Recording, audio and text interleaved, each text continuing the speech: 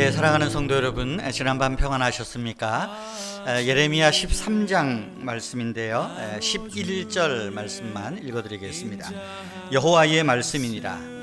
띠가 사람의 허리에 속함같이 내가 이스라엘 온 집과 유다 온 집으로 내게 속하게 하여 그들로 내 백성이 되게 하며 내 이름과 명예와 영광이 되게 하려 하였으나 그들이 듣지 아니하였느니라. 여러분, 선지자가 하나님의 말씀을 전하는 가장 중요한 도구는 말입니다. 말. 선지자는 하나님의 말씀을 위탁받은 사람이기 때문에 하나님의 권위를 가지고 말을 하는 것입니다. 그래서 선지자는 자기가 말하는 것을 세우기도 하고 말하는 것을 허물어뜨리기도 합니다. 그런데 선지자들이 전하는 말씀이 싱겁게 여겨질 때가 있습니다. 너무 싱거워서 밋밋하고 뻔하게 들려질 때도 있습니다. 그런데도 하나님은 밋밋하고 뻔하고 당연스럽게 여겨지는 말씀을 전하라고 하십니다. 나아가 선지자는 어떤 상징적인 행동을 통해서도 말을 합니다. 선지자의 행동은 하나님의 지시에 따라 행하는 것입니다.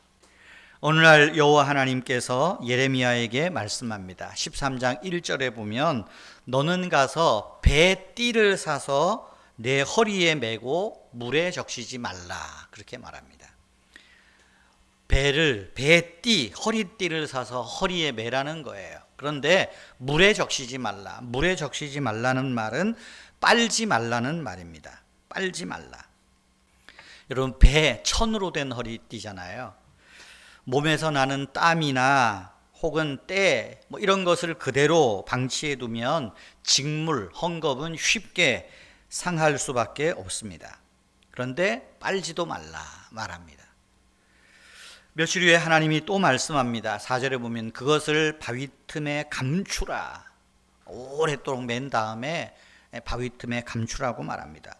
그리고 시간이 지난 후에는 그 감춘 띠를 가져오라고 합니다. 예레미야가 그 띠를 가져와서 보니 그 배 허리띠는 썩어서 쓸 수가 없게 되었습니다. 하나님은 여기에 담긴 상징적인 행동의 의미, 왜 이렇게 했는지를 말씀해 줍니다.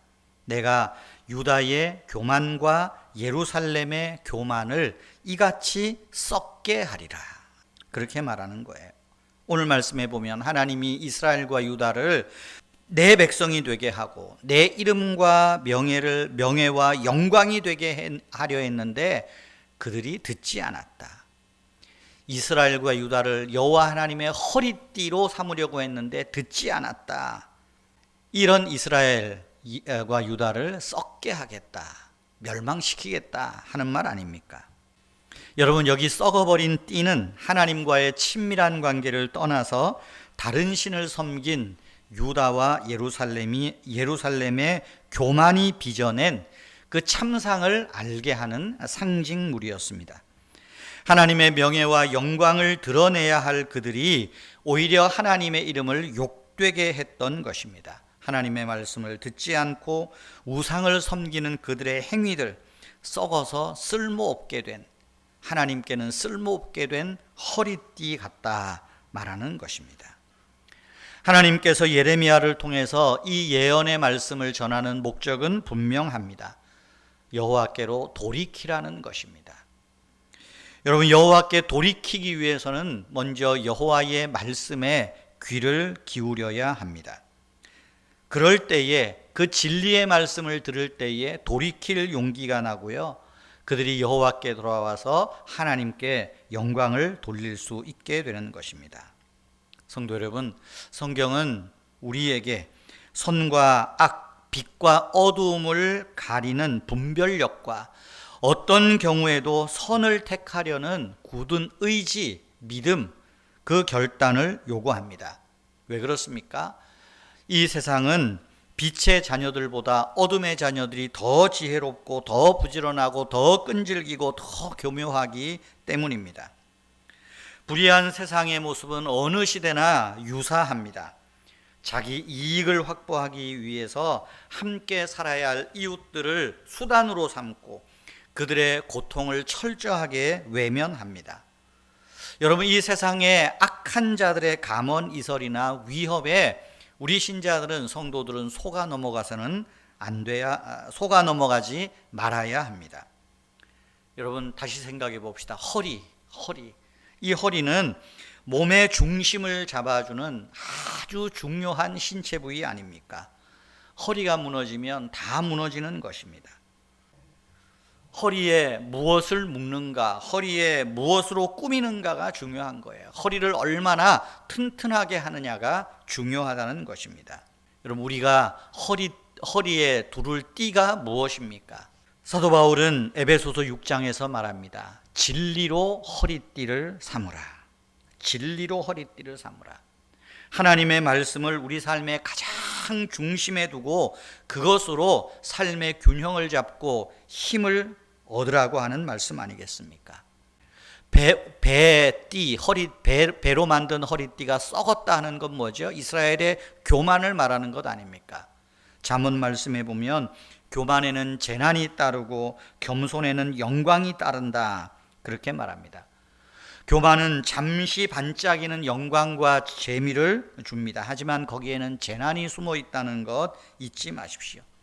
겸손이라는 것, 지금은 재미없어 보이지만 그 겸손이 주는 결과는 우리 상상을 초월하는 영광과 존귀가 따라온다는 것입니다. 여러분, 우리는 누구입니까? 우리는 하나님의 허리에 속한 존귀한 사람들입니다. 하나님의 허리에 속한 존귀한 사람들, 하나님의 이름과 영예와 영광이 되게 하려고 하나님이 우리를 당신의 허리에 두르셨어요. 그런데 정작 우리는 어떻습니까? 우리의 허리는 교만으로 지금 띠를 띠고 있습니까? 아니면 겸손으로 띠를 두르고 있습니까? 겸손으로 띠를 둘러야 할 것입니다. 우리를 겸손하게 하는 그 허리띠 무엇입니까? 진리로 너희 허리띠를 삼으라. 우리가 이 말씀을 기억하면서 우리 심령의 가장 중심에 하나님의 말씀을 담고 그 하나님의 말씀으로 우리 삶의 허리띠를 동여매고 하나님과 사람들 앞에 존귀한 자로서는 저와 여러분 되기를 축복합니다. 하나님 아버지, 진리로 허리띠를 띠게 하옵소서.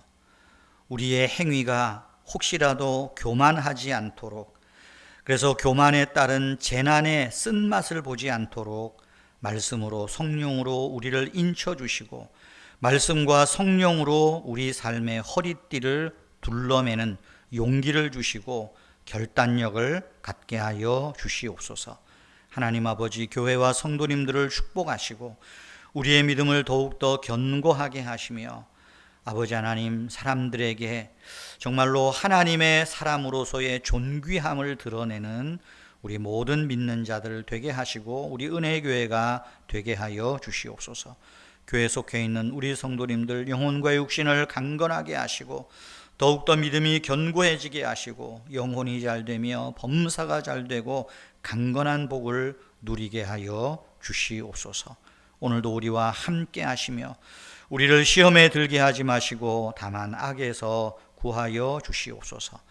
아버지와 아버지의 나라와 아버지의 이름의 영광을 위하여 살아가는 오늘 하루 되게 하여 주시옵소서. 주 예수님의 이름으로 기도하옵나이다.